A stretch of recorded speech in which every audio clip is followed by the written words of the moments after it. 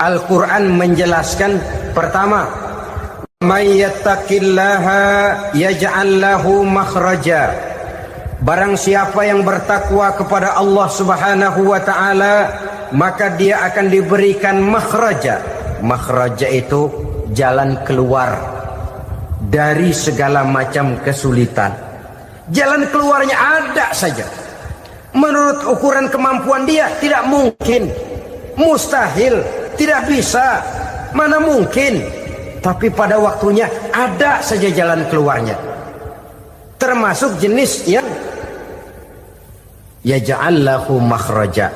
Orang yang bertakwa kepada Allah selalu diberikan jalan keluar dari segala kesulitan yang dihadapinya. Siapa sih orangnya yang tidak pernah sulit dalam hidup? Siapa orang yang tidak pernah mengalami kesulitan? Tapi kadang orang menilai, itu kelihatannya hidupnya enak aja ya, kayaknya gak pernah mengalami kesulitan. Sebenarnya bukan tidak pernah mengalami kesulitan, Allah selalu memberikan jalan keluar dari segala kesulitan yang dihadapinya. Lah kalau Allah yang memberikan jalan keluar, tentu sangat mudah sekali. Orang yang bertakwa diberikan jalan keluar dari segala macam kesulitan. Satu. Yang kedua, wa yarzuqhu min haitsu la yahtasib. Dia akan diberikan rezeki oleh Allah dengan jalan yang tidak disangka-sangka. Rezekinya datang dengan cara yang tidak disangka-sangka. Gajinya mungkin kecil, tapi penghasilannya gede. Kan itu yang penting.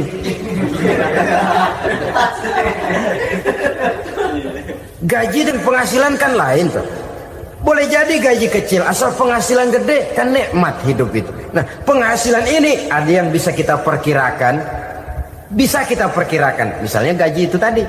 Kalau saya kerja, gaji saya begini.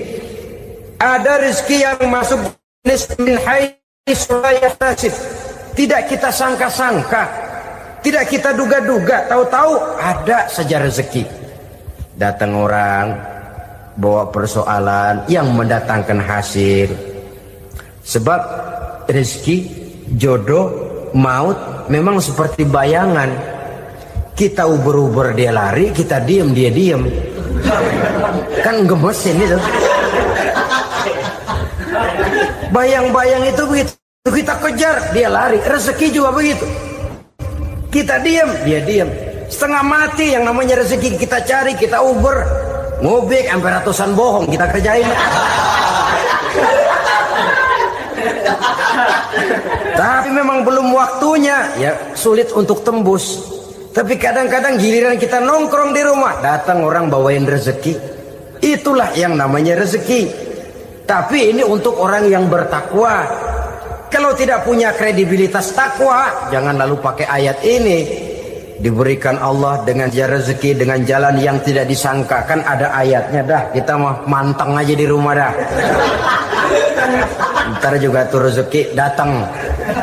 Ini fasilitas yang diberikan kepada orang yang wa may yattaqillah, bertakwa kepada Allah, yarzuqhu min haitsu la yahtasib, diberikan rezeki dengan cara yang tidak disangka-sangkanya. Maka kadar ketakwaan jangan membuat kita buruk sangka. Tuh orang ya nggak kemana-mana, duitnya ada aja. Kalau dia takwa, Allah berikan jalan keluar. Yang lantas ngelihat kiai orangnya ahli ibadah, ilmunya tinggi, akhlaknya luar biasa, takwanya tinggi, rezekinya lancar, lalu husnuzon nih kiai nggak kemana-mana, duitnya banyak, miara tuyul kali ini. Itu termasuk jaminan Allah yang masuk kategori min haitsu la yahtasib. Yang ketiga, yaj'al lahu min amrihi yusra, dimudahkan segala urusannya. Dimudahkan segala urusannya.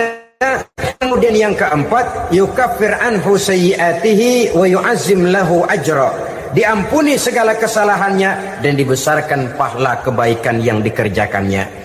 Al-Quranul Karim memberikan tuntunan dan ajaran kepada kita bahwa orang-orang yang memperoleh kemenangan itu tidak lain adalah orang-orang yang bertakwa. Hanyalah mereka yang bertakwa kepada Allah Subhanahu wa ta'ala pada akhirnya akan tampil sebagai pemenang. Lalu siapa orang yang bertakwa itu? Dijelaskan dalam awal-awal Al-Baqarah, orang yang bertakwa yang akan meraih kemenangan. Pertama, allazina yu'minuna bil ghaib, yaitu orang-orang yang beriman kepada yang gaib.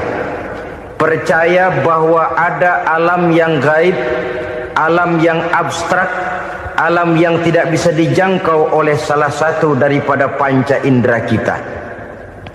Mereka percaya dan beriman kepada adanya malaikat, beriman kepada adanya iblis dan jin, beriman kepada adanya alam kubur, beriman kepada adanya alam mahsyar, beriman kepada adanya alam akhirat, beriman kepada adanya surga dan neraka. Beriman bukan cuma sekedar beriman dalam ucapan bibir saja, tetapi beriman yang nilai iman itu mampu mewarnai gerak dan gaya hidupnya. Iman yang meresap sampai ke tulang sumsum, kemudian memberikan dampak positif di dalam kehidupan manusia. Alam, kita tahu, adalah sesuatu yang selain Allah. Dan Allah bukanlah alam. Apapun namanya selain daripada Allah, itu adalah alam. Alam pada hakikatnya terbagi menjadi dua. Ada alam syahadah, alam nyata, alam konkret, alam yang bisa dijangkau oleh salah satu indera kita.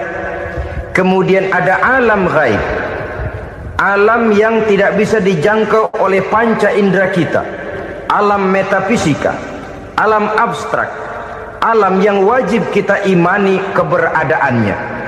Kita percaya bahwa malaikat itu ada. Kita percaya kepada jin, bahwa jin itu ada. Kita percaya kepada adanya iblis dan setan. Bukan percaya kepada iblis dan setannya, percaya bahwa iblis dan setan itu ada. Itu termasuk salah satu daripada sifat orang yang bertakwa kepada Allah. Saudara-saudara kaum muslimin rahimakumullah, kecenderungan pembangunan yang lebih bersifat materialistis biasanya menggeser aspek kehidupan rohani. Orang berpikir empiri, dan dalam pola pikir yang demikian maka alam gaib tidak lagi mendapat perhatian. Aspek kehidupan yang bersifat rohaniah malah mulai ditinggalkan. Akibatnya terjadilah kepincangan di dalam kehidupan kita. Pernah ada satu pengalaman pribadi dalam perjalanan kembali ke tanah air. Dalam pesawat di sebelah kanan saya duduklah seorang Jerman, namanya Heiner Simonsen. Iseng saya ajak kenalan, saya ajak ngobrol, saya tanya dia. Saya bilang, Mas Heiner ini, kalau pesawat yang kita tumpangi ini jatuh ke bawah, kira-kira apa yang bakal terjadi, Mas? Dia bilang, kita semua akan mati. Begitu? Iya. Oke. Apa itu mati? Tanya saya. Dia bilang, untuk tahu apa itu mati, kita harus tahu lebih dahulu apa itu hidup. Saya pikir nih bule bisa ngomong juga. Baiklah kata saya. Apa hidup menurut Anda itu? Oh, hidup itu dia bilang, kalau seluruh anggota badan kita bekerja secara normal, paru-paru memompa darah secara normal, jantung berdetak secara normal, sel-sel tubuh bekerja secara fit, dan organisme tubuh hanya mau bekerja secara normal, dia bilang, kalau kita memberi makan yang cukup, menu yang teratur, dan gizi yang lengkap. Saya bilang, kesimpulannya apa, Ner? Dia jawab, hidup adalah dari tangan ke mulut. Life is from the hand to the mouth, kata dia. Hidup adalah dari tangan ke mulut. Jadi masalah hidup tidak lebih daripada masalah isi perut. Orang pergi pagi, pulang sore, peras keringat, banting tulang, perut yang dibelain. Saya bilang, you are wrong. Sampean salah, Ner. Kamu orang Islam bukan? Bukan. Pantas. Kenapa saya salah? Dia bilang. Ya jelas salah. Salahnya di mana? Kamu ini manusia.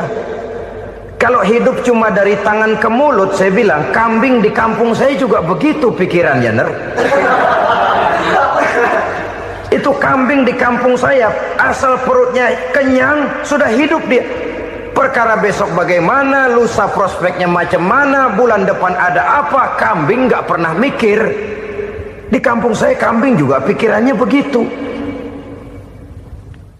Kamu Kristen ya? Tadinya. Loh kok tadinya, lalu apa sekarang kamu ini? Dia bilang sekarang saya netral.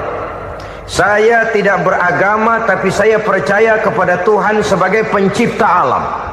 Saya ingat benar dia bilang, I haven't any religious, but I believe to God as the creator of the world. Kenapa bisa netral begitu, Ner? Habis saya bingung katanya. Islam bilang Islam baik, Kristen bilang Kristen baik, Hindu Buddha bilang Hindu Buddha baik, semua agama baik. Saya netral sekalian, nggak beragama. Yang penting saya percaya kepada Tuhan. Saya bilang, Ner, kamu ini kayak orang mau beli celana, lalu bingung.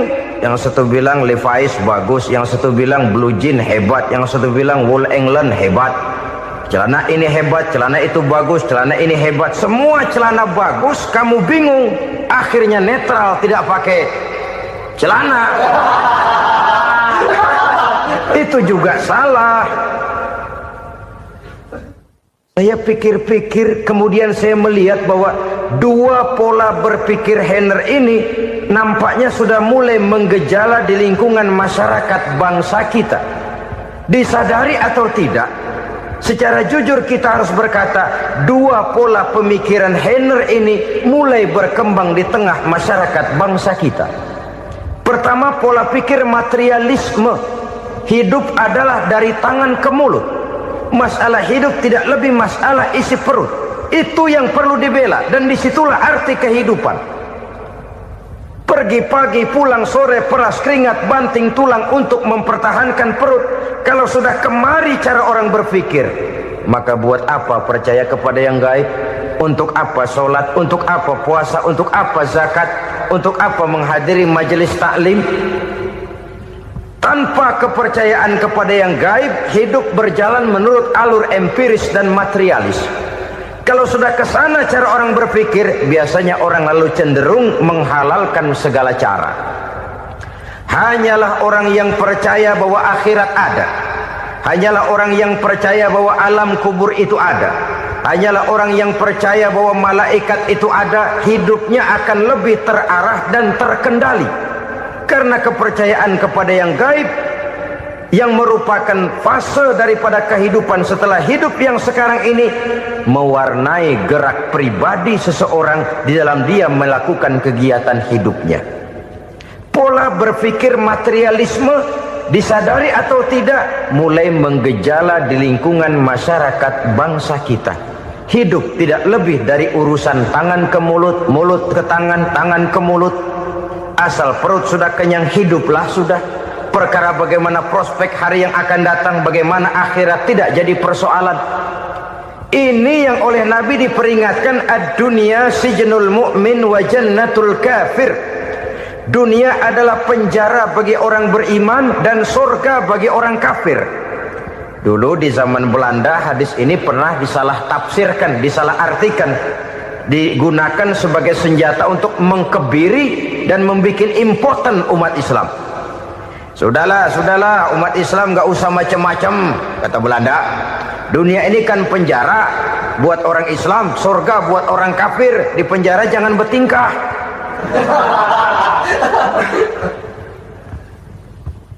Pengertiannya tidak begitu. Dunia adalah penjara bagi orang mukmin. Artinya dalam kehidupan dunia seorang mukmin tidak bebas memperturutkan hawa nafsunya. Di penjara hawa nafsunya itu. Sebaliknya, surga bagi orang-orang kafir. Buat orang kafir, surgalah dunia ini. Mereka bebas memperturutkan hawa nafsunya. Dilarang tidak terlarang, dicegah pun tidak tercegah. mereka hidup menurut alur bisikan nafsu mereka sendiri. Kemudian bila ajal datang, maut merenggut nyawa, selesailah surganya sampai di situ. Maka bagi orang-orang yang tidak percaya kepada adanya akhirat, kepada adanya alam gaib, surganya sebatas umurnya. Sekali lagi, surganya sebatas umurnya. Bila umur selesai, ajal pun datang merenggut nyawa, selesailah sudah surganya sampai di situ. Alangkah pendeknya perjalanan orang-orang yang tidak percaya kepada alam gaib ini. Bagi kita mukmin, jikalau kita mampu memenjarakan hawa nafsu, kita bisa bahagia di dunia ini. Dan Islam memang tidak menyuruh kita sengsara di dunia. Raih dunia, kejar dunia, gapai dunia sebagai alat untuk mencapai kebahagiaan di akhirat nanti. Hidup adalah satu perjalanan panjang yang terbentang sejak kita terlahir dari alam rahim sampai kepada alam akhirat nanti. Andai kata kita gagal meraih kebahagiaan di dunia, toh kita masih punya akhirat. Tapi jangan jadi dalil yang melemahkan semangat. Biarin dah kita di dunia kebelangsak, yang penting akhirat. Akhirnya dunia benar-benar kebelangsak. Bagaimana dunia ini bisa kita raih, dan bagaimana meraih dunia untuk menunjang kepentingan akhirat nanti. Yang kedua, dari pikiran Heiner yang saya lihat menggejala di lingkungan masyarakat bangsa kita, timbulnya manusia-manusia netral. Seolah-olah Tuhan yes, agama no. Sama Tuhan percaya, agama ogah. Tuhan ngangguk, giliran agama godeng. Padahal hampir dalam setiap ayat dalam Quran, kata-kata amanu biasanya bergandeng dengan wa amilus sholihat, iman dan amal soleh. Ini sebagai isyarat Tuhan dan agama jangan pernah dipisah-pisah.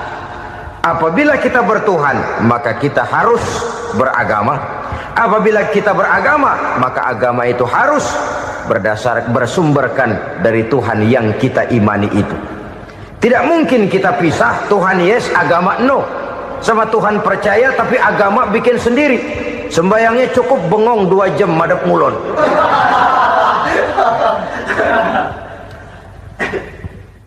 Saudara-saudara kaum muslimin rahimakumullah. Jadi dengan demikian, agama yang kita akui merupakan unsur mutlak di dalam pembangunan sekarang ini, merupakan bagian dari kehidupan yang menuntun kita bahwa di balik alam nyata ini, di balik alam syahadah ini ada alam gaib. Dan mudabbir, murabbi, yang mengatur, yang menguasai, yang memelihara baik dia alam nyata, baik dia alam gaib, tidak lain adalah Allah Subhanahu wa ta'ala.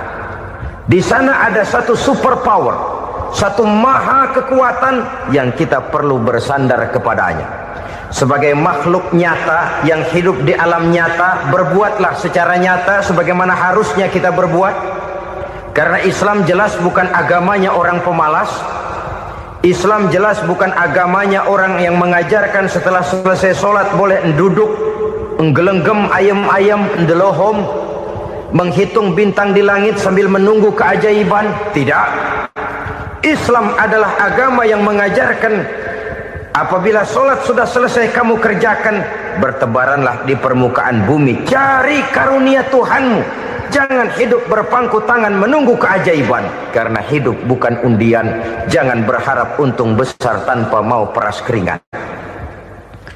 Tapi di sebalik itu toh kita juga harus yakin bahwa di sisi usaha nyata yang kita lakukan ada satu super power, satu maha kekuatan gaib yang menentukan berhasil dan tidaknya usaha kita. Kepercayaan kepada hal semacam inilah yang mendorong kita untuk mempunyai sandaran vertikal, agar jikalau usaha ini berhasil, kita tidak lupa diri dan lupa daratan.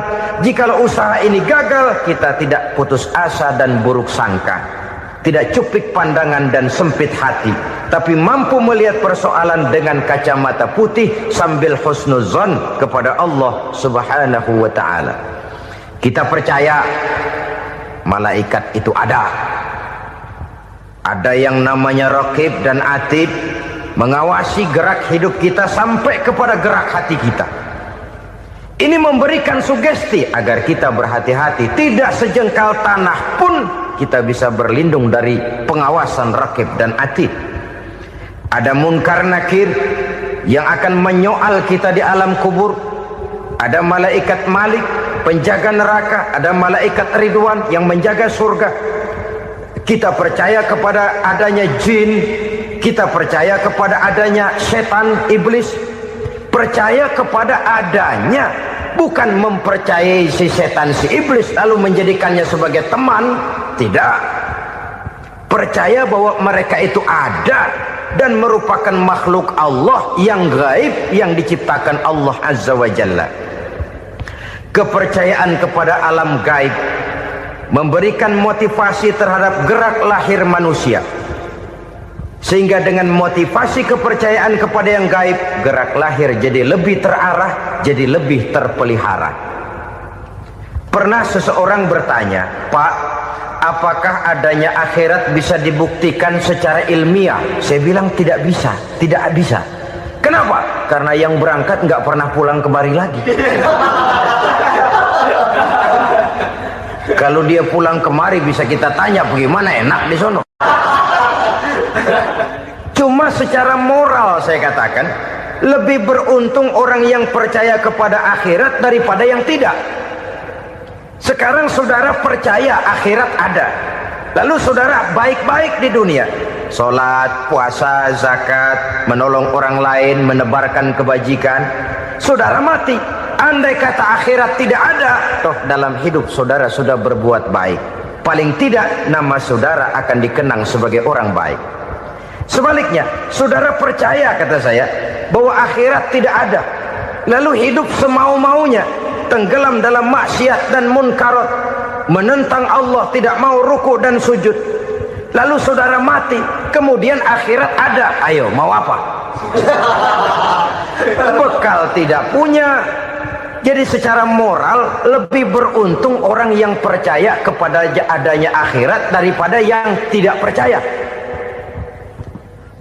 Dan itu alam gaib yang tidak bisa dibuktikan secara eksak. Jangankan untuk membuktikan seperti itu, dalam kehidupan sehari-hari saja yang kita rasakan tidak selalu berbentuk toh. Angin, bagaimana sih bentuknya angin? Kita tidak tahu. Merah, buktinya kalau dikerok merah. Yang merah itu kulit, yang kulit kita bukan anginnya. Sakit, rasa sakit itu ada, tapi bagaimana bentuk sakit kita nggak pernah tahu.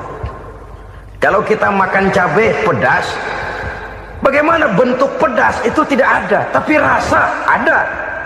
Bentuk pedas hijau, cabenya bukan pedasnya. Tidak semua yang kita rasakan bisa kita gambarkan dalam bentuk yang konkret. Oleh karena itu, sekali lagi bahwa kepercayaan kepada alam yang gaib mampu memberikan satu sugesti yang menata kehidupan seseorang lebih lurus, lebih terarah, dan lebih terkendali. Maka wajar kalau kepercayaan kepada yang gaib mengantarkan seseorang untuk meraih kemenangan. Kenapa? Dia percaya kepada yang gaib, bahwa akhirat ada, bahwa alam kubur ada, bahwa pertanggungan jawab itu ada. Maka dia lalu tidak hidup saenae udele dewe gitu loh. Tidak hidup menurut seleranya sendiri, terarah, teratur. Ini cirinya yang pertama, orang bertakwa yang akan meraih kemenangan, mereka beriman, mereka percaya kepada yang gaib. Bahkan hal-hal konkret saja selalu berangkat dari yang gaib. Saudara-saudara, para remaja, para pemuda sekarang ini tidak pernah tahu toh siapa yang akan jadi teman hidup saudara. Kita bisa saja ngerancang, mentargetkan, tapi toh akhirnya yang namanya jodoh bukan kekuasaan kita. Rezeki di luar kemampuan kita. Begitu juga ajal. Maut, jodoh, ajal adalah contoh-contoh konkret bahwa pada akhirnya yang gaiblah yang menentukan. Bertahun-tahun ngelancong, emang jodoh seret, nggak jadi.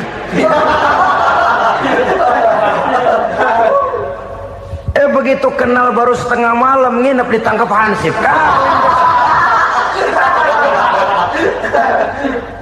Hal-hal semacam itu kadang-kadang kita berpikir suuzon, gilet, perempuannya cakep banget, lakinya rebek amat. Memang begitulah jodohnya. Memang begitulah jodohnya. Saudara hadirin ma'asyiral muslimin yang saya hormati, jadi hal-hal yang konkret saja kita yakini sepenuhnya ditentukan oleh satu superpower yang gaib itu tadi. Dari sanalah segala ketentuan itu berangkat dan kesanalah segalanya akan kembali. Maka kepercayaan kepada yang gaib meluruskan gerak hidup seseorang dan itu akan mengantarkan dia kepada meraih kemenangan. Satu. Yang kedua, wa yuqimunas shalah. Orang bertakwa yang akan meraih kemenangan itu adalah orang-orang yang mendirikan sholat. Kenapa sholat mengantarkan orang untuk meraih kemenangan? Yang jelas, inna sholata tanha anil fahsya'i wal munkar. Sholat mampu mencegah manusia dari perbuatan keji dan munkar. Banyak filsafat hidup yang terkandung di dalam sholat ini. Sejak kita wudhu sampai kita menghadap ke arah kiblat, sampai kita melakukan gerak-gerak sholat, bacaan-bacaan yang ada di dalam sholat, lalu sampai kepada mengucapkan salam. Banyak filsafat hidup yang terkandung di dalam sholat. Umpamanya saja, setelah takbiratul ihram mulai kita dengan sholat dalam posisi berdiri, diajarkan dalam kitab-kitab fikih agar kita melihat ke arah tempat sujud. Ini kan filsafat kehidupan. Kalau kamu sholat dalam posisi berdiri, lihat tempat sujud. Jangan sholat mata jelalatan, sebab nanti bisa mengurangi kekhusyuan. Jadi wajar kalau yang dikatakan bahwa yang paling afdol adalah shaf yang di depan. Kenapa? Secara harfiah pengertiannya akan lebih mengundang kekhusyuan. Kenapa? Kalau kita di shaf paling depan di masjid umpamanya paling banter kita lihat tembok. Tapi kalau kita shaf di tengah atau di belakang, orang-orang di depan kita pun akan kelihatan. Yang bajunya loreng, yang bajunya genggang, yang bajunya macam-macam. Kita lihat, kadang-kadang kita pikirin, ada yang bajunya bolong. Kita sholat tapi dalam hati, ini orang bajunya robek yang nggak tahu apa. Ada saja hal-hal yang mengusik kekhusyuan kita. Oleh sebab itu diajarkan dalam posisi berdiri, lihat, arahkan pandangan matamu kepada tempat sujud. Ini kan filsafat kehidupan. Maksudnya apa? Kalau lagi diri lihat dong tempat sujud. Kalau udah di atas ingat dong sama yang bawah. Kalau sudah tinggi ingat dong dari mana kamu berangkat. Kalau sudah berkuasa bantu dong yang lemah. Kalau sudah kaya santuni dong yang miskin. Kalau sudah alim bimbing dong yang awam. Ini filsafat kehidupan. Dalam posisi berdiri kau lihat tempat sujud. Ini akan melahirkan kepekaan sosial di mana seseorang mau tahu kepada orang lainnya. Bagaimanapun kaya kita, tinggi pangkat dan jabatan kita, jikalau hidup hanya untuk kepentingan perut sendiri saja, rasanya belum membawa manfaat di dalam kehidupan kita. Tapi efek yang tertinggi sesungguhnya, sholat mencegah manusia dari perbuatan keji dan munkar. Perbuatan keji dan munkar walaupun kelihatannya mendatangkan uang, membawa keuntungan, tapi itu keuntungan semu, keuntungan sementara. Dengan menipu orang lain kita bisa dapat untung, tapi tidak membawa berkah. Dan itu adalah kerugian besar dalam kehidupan kita. Maka untuk meraih kemenangan harus dimulai dengan membentuk kepribadian yang tegar, memiliki sandaran vertikal yang langsung kepada Allah Subhanahu wa ta'ala. Dan itu hanya bisa kita tempuh melalui jalur ibadah formal yang sudah ditentukan Allah, yakni sholat yang 5 waktu. Untuk memperkuat itu ada sholat-sholat sunnah, rawatib, nawafil sebagai terminal-terminal kontrol cadangan untuk memelihara stabilitas temperatur batin di dalam kita berhubungan dengan zat yang maha gaib, yaitu Allah Subhanahu wa ta'ala.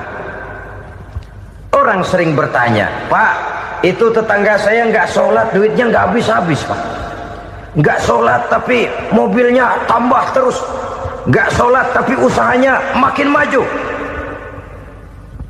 Tapi di sisi lain ada orang yang rajin sholat, rezekinya butak bener. Anaknya mana kurus, mana korengan. Saudara hadirin ma'asyiral muslimin rahimakumullah. Harus saya katakan bahwa sholat memang bukan untuk cari duit. Sholat adalah sandaran vertikal kita kepada Allah. Sedangkan soal rezeki itu berkaitan dengan sifat Allah Maha Pengasih dan Maha Penyayang. Allah Maha Pengasih, siapapun dikasih kalau mau usaha. Allah Maha Penyayang, tidak semua orang disayang oleh Allah Azza wa Jalla. Dan belum tentu banyak harta itu merupakan nikmat. Mungkin juga istidraj. Artinya istidraj itu dikasih tapi diambulin, kalau bahasa Betawinya itu. Dikasih tapi diambulin, itu bukan merupakan nikmat sesungguhnya, lebih merupakan azab dari Allah Subhanahu wa ta'ala.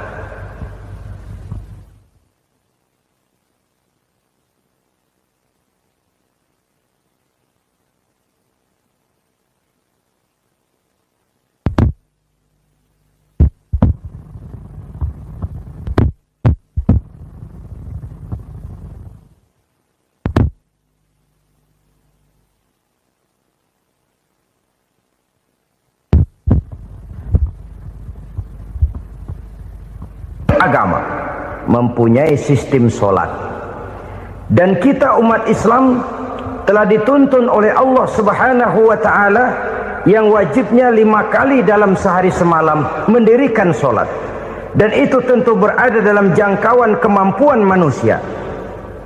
Pada awalnya barangkali kita memang merasa sholat itu satu kewajiban, tapi semakin kita hayati makna, manfaat dan filsafat yang terkandung di dalam ajaran sholat, semakin sampai kita kepada keyakinan bahwa sholat adalah keperluan kita. Sehingga pada waktu tertentu dinilai puncaknya, kita tidak lagi akan berkata saya wajib sholat, tapi kita akan berkata saya perlu sholat. Kalau kita sudah merasakan itu adalah keperluan kita, nah di sanalah kita baru akan merasakan ruginya kalau hal itu tidak kita laksanakan. Sepanjang kita masih berkata saya wajib sholat, kita akan lebih merasakan dia sebagai beban ketimbang sebagai keperluan. Yang jelas Allah tidak memerlukan ibadah yang kita laksanakan ini. Dengan kata lain, andai kata satu dunia penuh ini orang tidak ada yang sholat satu pun, Allah tidak akan turun dari jabatan Tuhan. Jangan lalu berpikir kalau kita ngambek se-RW kagak sembahyang Tuhan tekor kali ini ya. Tentu tidak. Itu perlunya kita, bukan perlunya Allah. Dan pada induknya kita akan berkata saya perlu agama. Kalau secara induk kita sudah memerlukan agama, maka konsep-konsep yang ada di dalam ajaran agama itu pun adalah juga merupakan keperluan kita. Baik dia bernama sholat, baik dia bernama puasa, baik dia bernama zakat, baik dia bernama haji, seluruhnya adalah keperluan kita.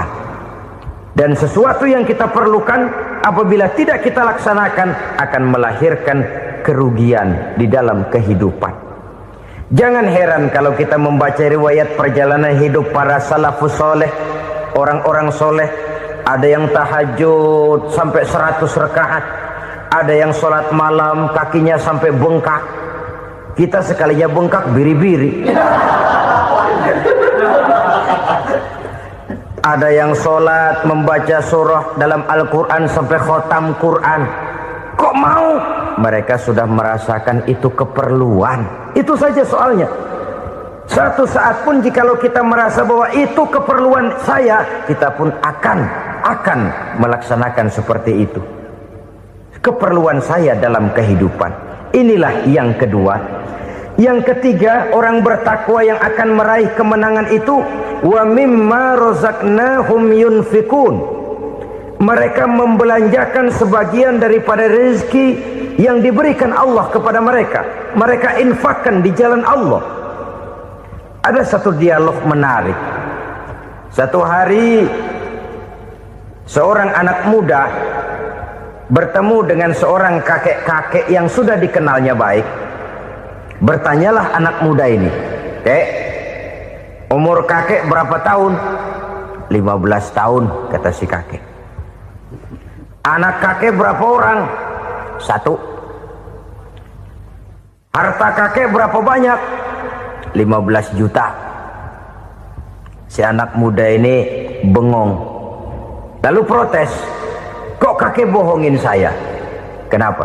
"Saya tahu umur kakek 70 tahun. Kenapa ngaku 15? Saya tahu anak kakek 5. Kenapa bilang 1? Saya tahu kakek miliuner, miliaran uang kakek. Kenapa ngaku cuma 15 juta? "Begini," kata si kakek tadi, "benar umur saya 70 tahun.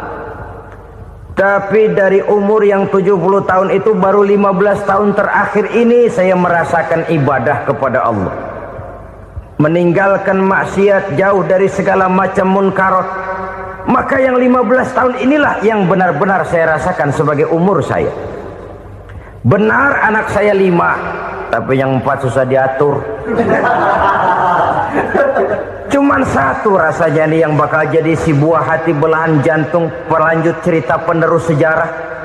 Cuma 1 ini yang saya harapkan, yang akan jadi anak soleh, yang akan membuat saya menerima pensiunan pahala.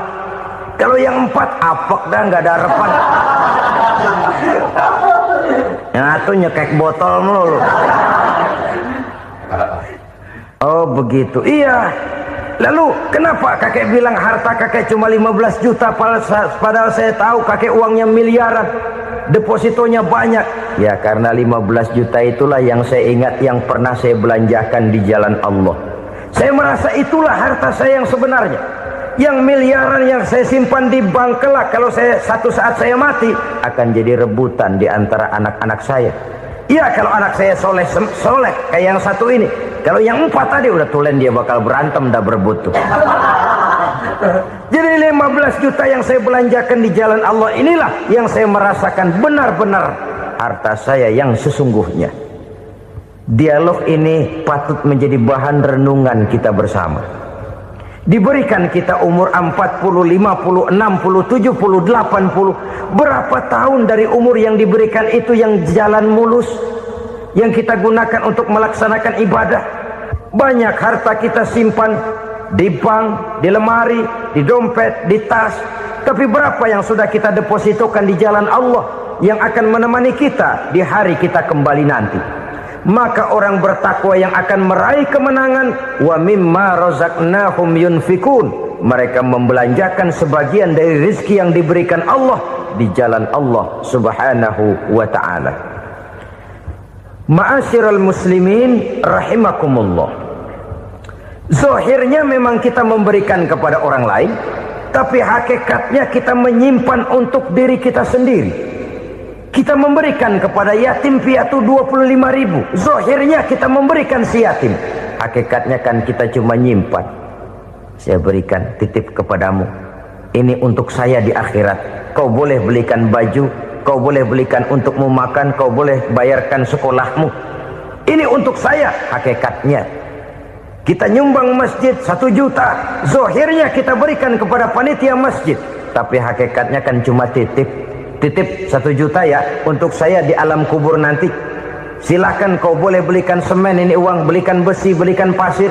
Saya cuma sekedar titip untuk kepentingan saya. Hakikatnya kita cuma sekedar menitip. Sebagaimanapun pada hakikatnya, apapun yang kita miliki dalam kehidupan kan cuma sekedar hak guna pakai, bukan hak milik mutlak. Harta kita, rumah kita, kendaraan kita, kebun kita, pabrik kita, hak guna pakai saja. Hak milik mutlak cuma untuk Allah Subhanahu wa ta'ala. Saudara-saudara kaum muslimin rahimakumullah. Ini yang ketiga. Kemudian yang keempat, Orang-orang bertakwa yang akan meraih kemenangan,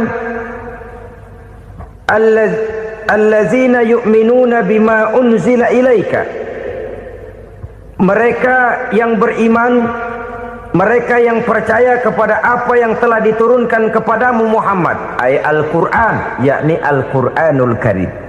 Setelah percaya kepada yang gaib, mendirikan solat, kemudian menginfakkan sebagian dari rezeki yang diberikan Allah, mereka juga lalu percaya kepada yang diturunkan terhadap Nabi, yaitu tidak lain Al-Quranul Karim.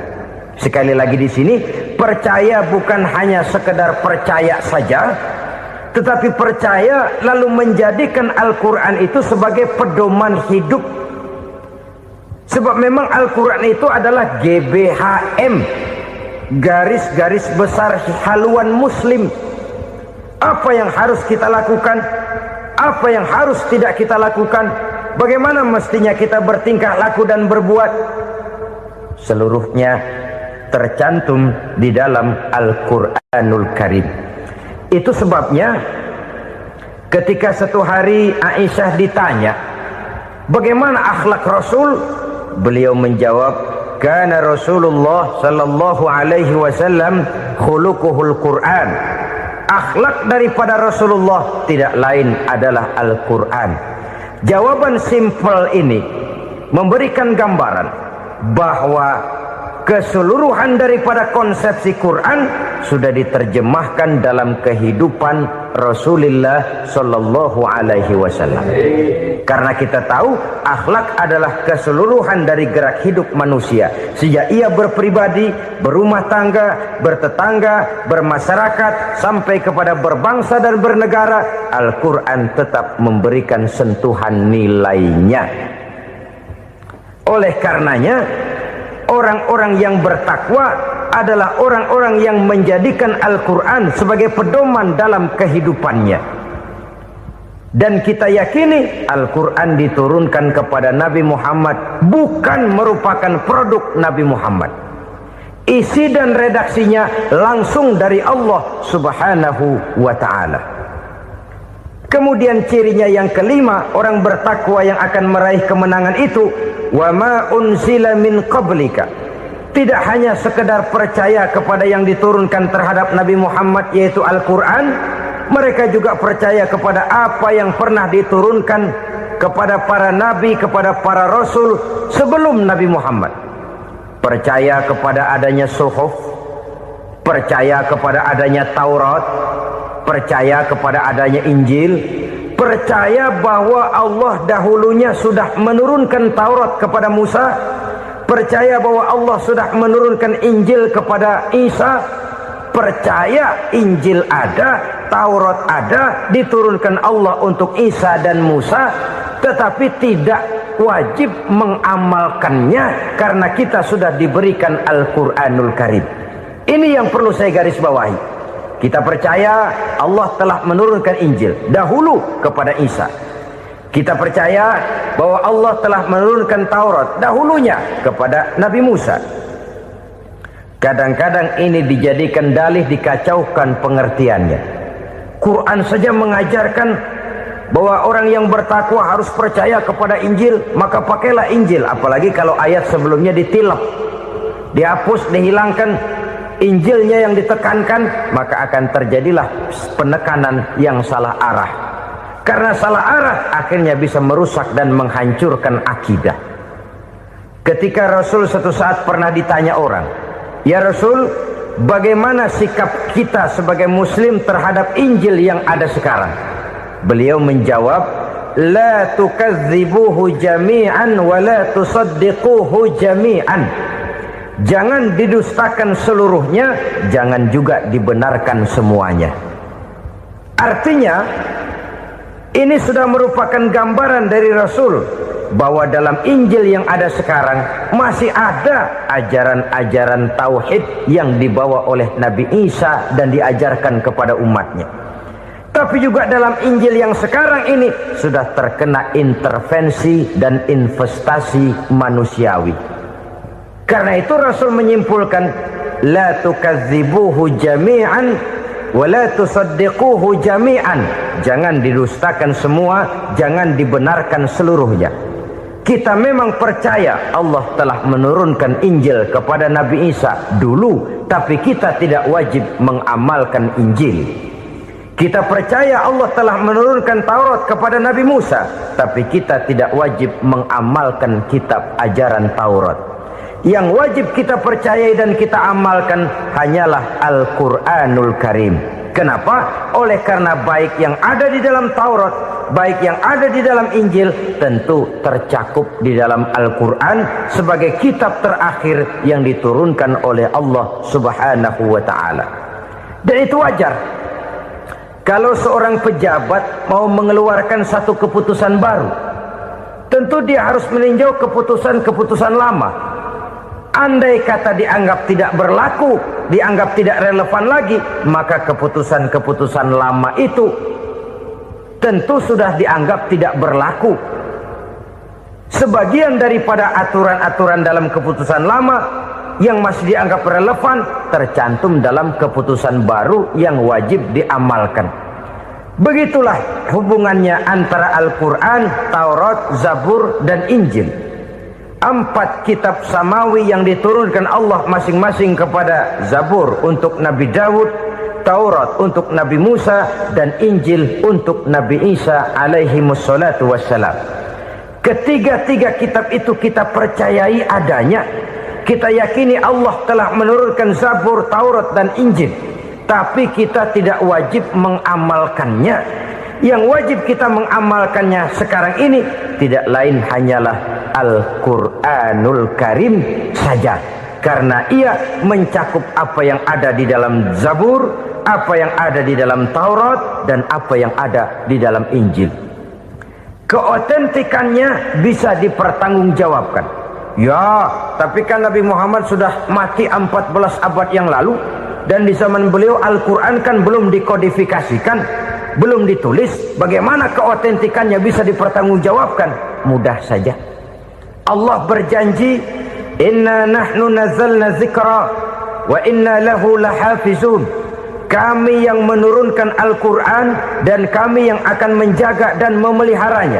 Allah turunkan Quran, Allah menjaganya. Bagaimana cara Allah menjaga Al-Quran itu? Banyaknya orang-orang yang hafaz Al-Quran. Hafaz Al-Quran 30 juz, 114 surah, 6.666 ayat. Sehingga jangankan satu kata, jangankan satu ayat, satu kalimat saja berubah, sudah akan timbul reaksi dan mudah dimengerti. Kenapa? Banyak orang-orang yang hafaz Al-Quran. Sedangkan pada setiap akhir tahun biasanya malaikat Jibril selalu mengadakan checking terhadap ayat-ayat yang diturunkan pada waktu itu.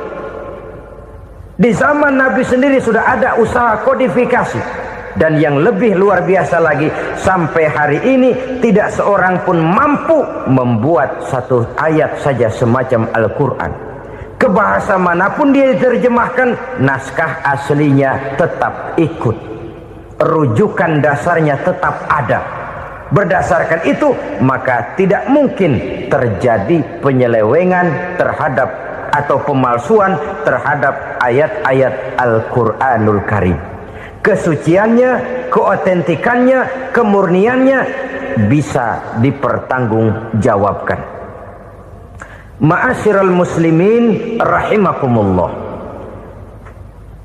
Oleh karenanya, konsepsi dasar daripada ajaran Islam ini memang tidak lain adalah Al-Quran dan Sunnah.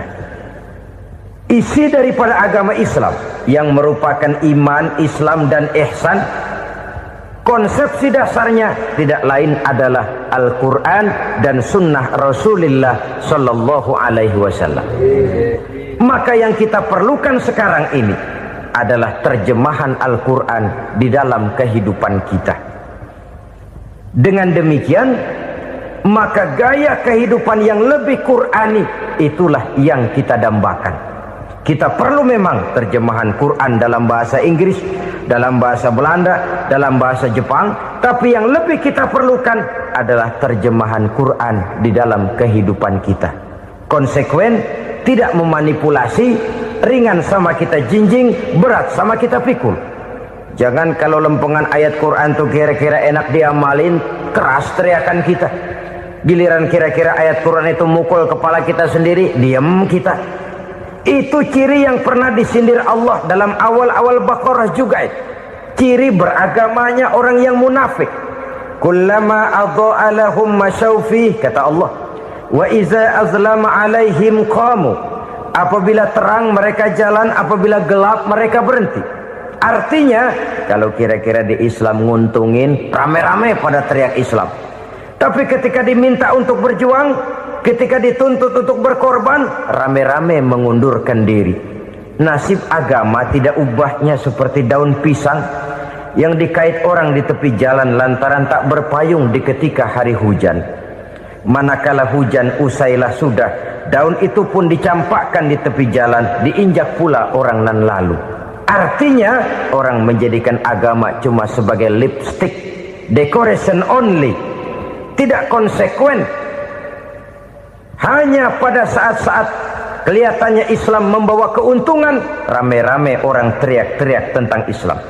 Tapi jikalau diminta berjuang, jikalau dituntut untuk berkorban, biasanya rame-rame juga mengundurkan diri. Jangan heran kalau mayoritas hitungan kita, tapi minoritas peranan kita. Kuantitas kita dalam jumlah, tapi dalam kualitas kita lebih sering jadi penonton daripada jadi pemain. Padahal itu sangat tidak boleh terjadi. Umat Islam di Indonesia harus bangkit. Umat Islam di Indonesia harus sadar akan keberadaannya. Tidak boleh hanya jadi penonton berpangku tangan. Karena memang agama kita juga mengajarkan untuk konsekuen di dalam menjabarkan ajaran-ajaran daripada agama kita. Kita sering menjadi jatuh menjadi umat yang lemah oleh karena kita ini tidak pandai menggalang kebersamaan yang diakibatkan tidak konsekuennya kita. Diistilahkan bahwa umat Islam di dalam menggalang kebersamaannya itu harus seperti orang main sepak bola. Saudara-saudara kan tahu orang main sepak bola itu. Orang main sepak bola, kalau pertandingan belum dimulai sih silakan saja kumpul di luar lapangan, atur strategi yang baik. Tapi kalau pertandingan sudah dimulai, turun ke lapangan hijau, jangan kumpul terus. Ada sepak bola gotong royong, mundur-mundur rame-rame, depan ke depan kumpul melulu mainnya. Kalah. Orang main sepak bola itu ya harus ada penyerang tengah, harus ada penjaga gawang, harus ada strikernya, harus ada kiri luarnya, kanan dalamnya yang jadi backnya. Posisi boleh bermacam-macam, tapi yang penting saling ngoper untuk menggolkan gawang lawan. Begitulah umat Islam ini. Boleh ada yang jadi pejabat, boleh ada yang jadi pengusaha, boleh ada yang jadi petani, silakan ada yang jadi seniman, ada yang jadi penyair, ada yang jadi artis sekalipun. Tapi kalau sudah berhasil menguasai bola, jangan lupa operannya. Operan itu yang langka. Kita ini muslim kadang-kadang kalau sudah memegang menguasai bola, kalau belum mau mampus, belum mau ngoper. Nanti kalau sudah nggak punya bola, baru mau ngoper. Kalau sudah dengar-dengar mau dekat pensiun, baru mau jihad, baru mau berjuang, baru mau ngurus pesantren. Tanda tangan sudah tidak laku, memo sudah tidak dihargai, baru mau berjuang. Kemarin kemana mas? Kita tidak pandai memanfaatkan posisi. Dengan kata lain, kalau kembali kepada persoalan kita, konsekuensi kita terhadap agama yang kita anut ini belum ideal. Kita masih lebih sering berislam ini pada saat-saat yang menurut perhitungan kita membawa keuntungan. Tapi kalau diminta berjuang, dituntut berkorban, yang itu pun hakikatnya adalah untuk kepentingan kita juga. Allah tidak pernah menuntut kita untuk jihad bagi kepentingan Allah, itu tidak.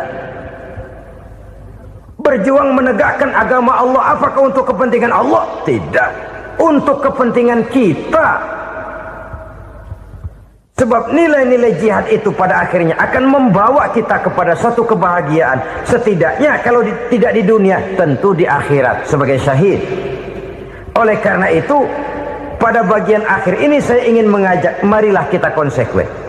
Sekali kita berkitabkan Al-Quranul Karim, mari dia kita jadikan pedoman. Jangan cuma kita jadikan sebagai penghias dinding, pelengkap rumah, bahwa di rumah kita ada Al-Quran, tapi yang baca kecoa. Habis pada bolong tuh Quran. Yang penting kan punya Quran. Ditaruh di pintu rumah, biar apa? Biar kuntilanak kagak masuk katanya. Ya apa itu nasib Quran, cuma kerjanya jaga pintu, ngusir kuntilanak, ngusir memedi. Bagaimana kita hidup menurut tuntunan Al-Quran? Kadang-kadang tidak pernah menjadi masalah bagi kita. Maka bagaimanakah Al-Quran akan mungkin membawa keberkahan dalam hidup kalau ajarannya kita injak-injak dalam keseharian kita? Mewujudkan gaya hidup yang lebih Qurani, itulah yang akan kita rintis di dalam kehidupan kita, bertahap, step by step, menurut kemampuan yang ada pada kita. Jika jalan ini tidak bisa kita selesaikan, percayalah akan ada generasi penerus yang akan melanjutkan usaha dan cita-cita mulia itu. Jadi percaya kepada Taurat, percaya kepada Injil, sekadar percaya Allah dahulunya sudah menurunkan itu, tapi kita tidak wajib mengamalkannya. Kenapa? Generasi Injil masa berlakunya sudah kedaluarsa. Taurat masa berlakunya sudah kedaluarsa. Injil pernah berlaku untuk orang Nasrani di zaman Nabi Isa. Taurat pernah berlaku untuk orang Yahudi di zaman Nabi Musa. Setelah generasinya berlalu, datang Rasul penutup yang membawa Al-Quranul Karim. Maka Al-Quran itulah yang berlaku menjadi pedoman sampai hari akhir nanti. Jangan jauh dari Al-Quran, karena apabila ini kita lakukan, maka kita akan kembali kepada satu gaya hidup yang jauh dari tuntunan agama, dan itu artinya kita akan semakin jauh untuk meraih kemenangan. Saudara-saudara kaum muslimin rahimakumullah, yang keenam, yang terakhir, orang-orang bertakwa yang akan meraih kemenangan itu wabil akhirati hum yuqinun. Mereka percaya, mereka yakin seyakin-yakinnya akan adanya hari akhir, di mana seseorang akan mempertanggungjawabkan seluruh perbuatannya di dalam hidup ini. Dan tidak ada satu perbuatan yang bagaimana kecilnya sekalipun, yang tersembunyi dalam pandangan manusia, yang tidak akan dibukakan persoalannya di mahkamah Qadi Rabbul Jalil di akhirat nanti. Itulah sebabnya maka percaya kepada akhirat disebut secara khusus. Padahal di awal tadi sudah dijelaskan yu'minuna bil ghaib, percaya kepada alam gaib, dan alam gaib ini termasuk akhirat. Kenapa pada bagian akhir disebut lagi akhirat? Karena ternyata bahwa kepercayaan kepada adanya akhirat merupakan induk dari kepercayaan terhadap adanya malaikat, setan, jin, dan lain sebagainya, dan akan lebih memberikan sugesti dalam kehidupan manusia untuk meluruskan gerak hidupnya. Jikalau satu saat tergerak hati akan berbuat kejahatan, ingin mencuri, sadarlah, awas ada akhirat. Sebab kalau kita cuma teriak awas ada polisi, itu cuma tertunda sementara. Begitu polisi meleng, embat. Kalau kita ingin berbuat jahat cuma berteriak awas ada hansip, cuma sementara ketika hansip itu ada. Tapi kalau ceritanya awas ada akhirat, mau menyeleweng awas ada akhirat, mau berjudi awas ada akhirat, mau mencuri awas ada akhirat. Keyakinan yang akan meluruskan gerak hidup manusia sehingga gerak itu jadi lebih terarah dan terkontrol, tidak merugikan baik diri sendiri, lebih-lebih orang lain. Ternyata bahwa kepercayaan kepadanya adanya hari akhirat sanggup menjadi sumber daya kontrol dari kehidupan manusia, sehingga ia tidak terjebak dalam perbuatan maksiat dan munkarat.